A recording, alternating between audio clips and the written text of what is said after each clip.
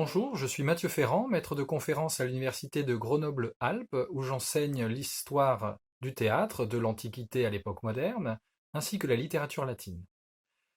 Mes travaux de recherche portent sur la production poétique et intellectuelle des collèges humanistes et sur le théâtre français et néo-latin des années 1450 aux années 1550. Je suis Sylvie Legnaud-Fontaine, je suis professeure de latin à l'Université de Bourgogne.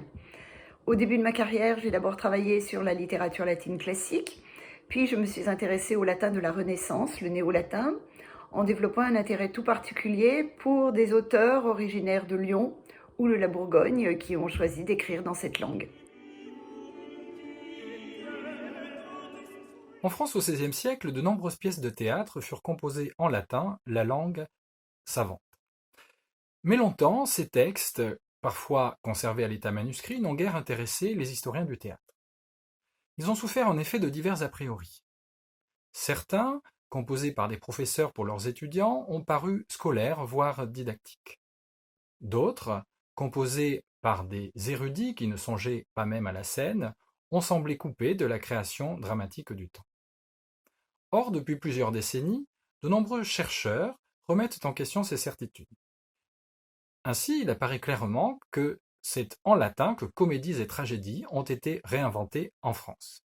Nous avons donc voulu réunir, pour la première fois, dans un même volume, des spécialistes de littérature néo-latine, des spécialistes de théâtre, autour de ce corpus méconnu, pour prolonger et encourager l'exploration de ces textes.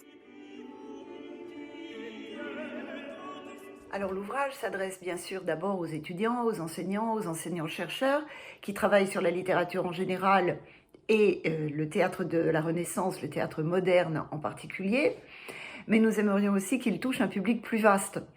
La première partie de l'ouvrage propose une série d'études qui analysent par exemple l'imitation de la littérature latine classique que l'on trouve dans ces pièces de la Renaissance, ou encore les liens qui unissent ce théâtre érudit en latin et la pratique contemporaine, la pratique dramatique contemporaine en français.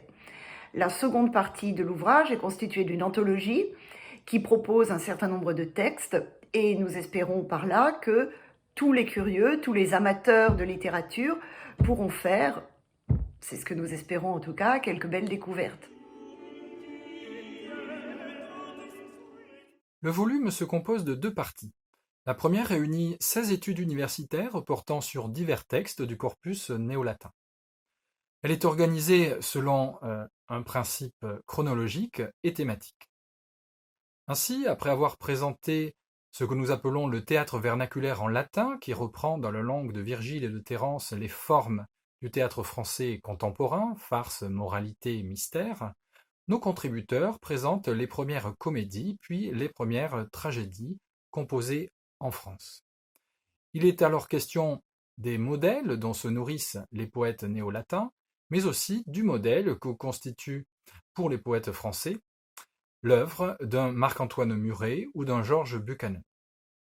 Les deux derniers moments du volume s'intéressent à l'œuvre d'auteurs plus ou moins connus, professeurs de collège ou savants hommes de lettres tels Jacques-Auguste de Thou, qui composèrent aux confins du siècle des œuvres originales à l'articulation de divers genres dramatiques. La seconde partie de l'ouvrage, comme nous l'avons dit, est constituée d'une anthologie. Nous proposons 34 textes tirés de 22 pièces et pour en faciliter l'accès, nous les proposons bien entendu en traduction et en texte original, accompagnés de notes et de commentaires. Nous avons souhaité montrer toute la diversité de ce riche théâtre néo-latin et nous proposons donc des extraits de comédie, de tragédie, de tragicomédie. Certains textes sont drôles, d'autres sont pathétiques, certains sont sérieux, d'autres sont simplement comiques. Et ils traitent de sujets païens ou de sujets chrétiens, de sujets contemporains ou de sujets antiques. Tous ces extraits sont tirés de pièces qui ont été écrites entre 1500 et 1600 et nous espérons que le public aura autant de plaisir à les lire que nous avons eu de plaisir, nous-mêmes et tous les contributeurs, à les découvrir et à les traduire. Plus qu'une citation à retenir, nous voudrions proposer ici des mots à oublier, ceux que précisément nous avons placés en exergue de notre introduction. Ces mots, ce sont les mots de Louis Petit de Julleville, grand historien du théâtre, à la fin du XIXe siècle, qui écrivait dans un volume consacré aux comédiens en France.